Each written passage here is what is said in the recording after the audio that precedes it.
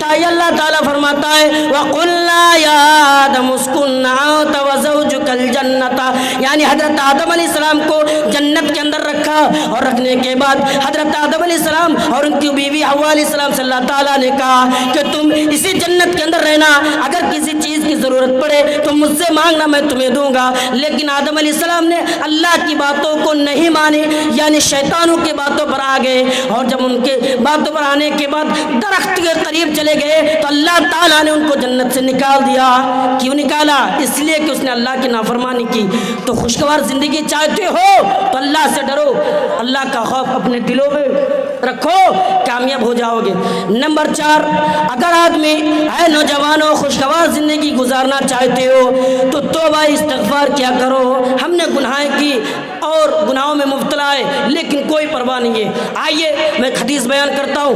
حضرت عبداللہ ابن عباس رضی اللہ تعالیٰ عنہ بیان کرتے ہیں اللہ کے نبی صلی اللہ علیہ وسلم نے فرمایا کہ اللہ کے نبی کے پاس کچھ لوگ آئے، چند لوگ آئے، اور آنے کے بعد کہنے لگا اے اللہ کے نبی مجھے بتائیے میں نے خطائیں کی ہے، میں نے گناہ کرنے کے بعد آپ کے پاس آئے، اگر میں آپ کے دین پر عمل کرتا ہوں، اگر میں آپ کے دین پر چلتا ہوں، کیا اللہ رب العالمین، کیا آپ کا جو رب ہے ہمیں معاف کر دے گا؟ اللہ کے نبی نے ان لوگوں کو کوئی جواب نہیں دیا۔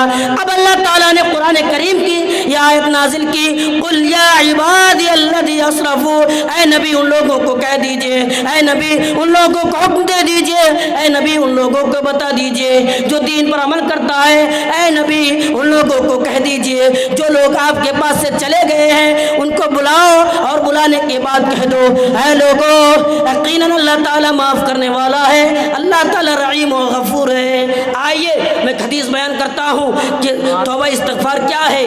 حضرت ابو سعید خدری بیان کرتے ہیں، آئیے دلچسپ واقعہ ہے۔ حضرت ابو سعید خدری بیان کرتے ہیں بنی اسرائیل میں ایک آدمی تھا جس نے 99 آدمیوں کو قتل کرنے کے بعد گاؤں میں اور اپنے علاقے میں تلاش کرنے لگے کہ سب سے بڑے عالم کہاں ہیں، ڈھونڈنے لگے۔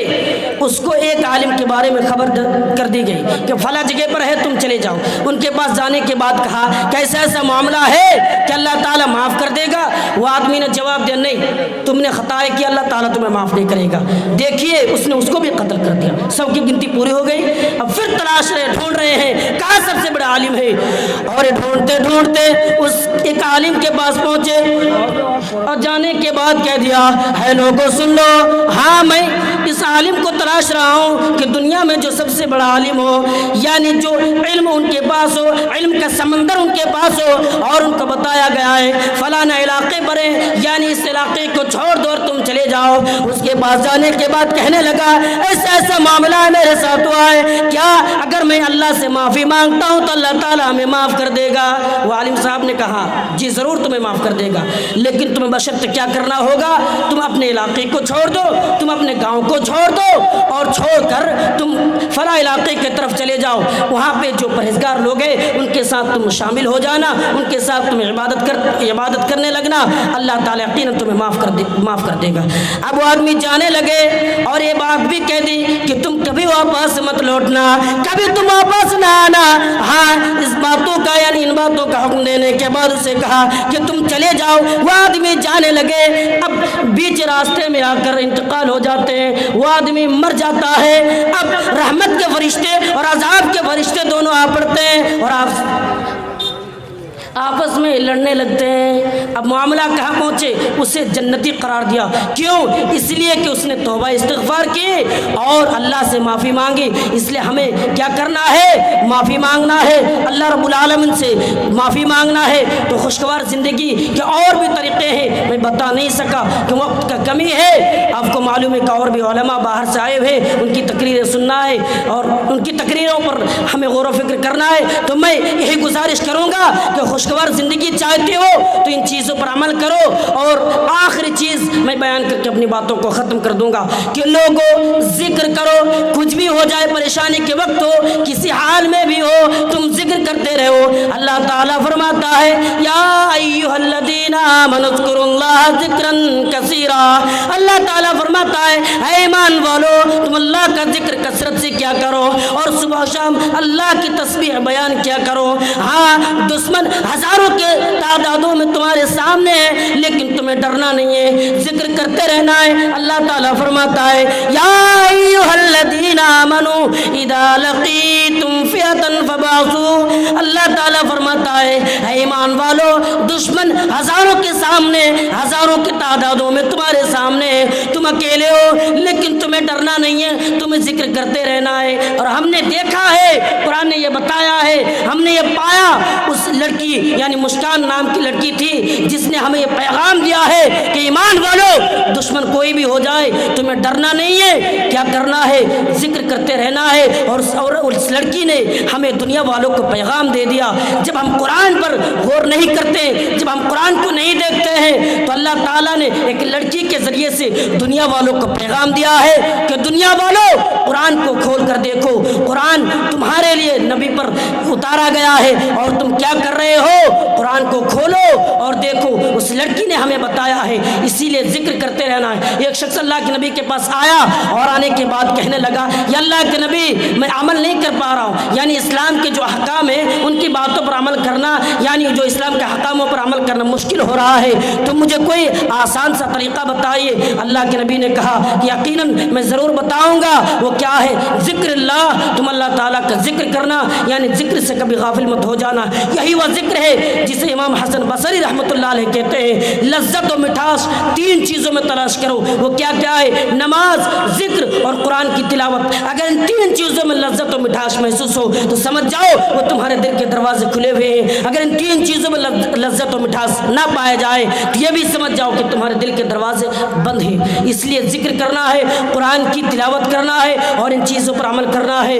جب تک ہم خوشگوار زندگی نہیں بنا سکتے اور یہ سمجھیں گے کہ دنیا کے پیچھے دوڑنا ہے, پیسہ کمانا ہے, مالدار بننا ہے اور اسی سوچ پر پڑے رہیں گے اور ان چیزوں پر عمل نہیں کریں گے تو ہم خوشگوار زندگی کبھی بھی نہیں بنا سکتے اور مرنے کے بعد ٹھکانہ جہنم ہوگا. اس لیے ان چیزوں پر عمل کریں اور ان چیزوں پر یعنی سارے لوگ, دنیا کے تمام لوگ ان چیزوں پر عمل کرتے رہے, یقیناً اللہ تعالیٰ ہر شخص کو خوشگوار زندگی بنا دے گا. اس لیے خوشگوار زندگی کے لیے عمل کرتے رہو. میں انہیں باتوں کے ساتھ اپنے گفتگو ختم کرتا ہوں. آخر میں اللہ رب العالمین سے دعا ہے کہ ہم تمام لوگوں کو ذکر اور ایک خوشگوار زندگی بنانے کی خوشگوار زندگی بنا دے.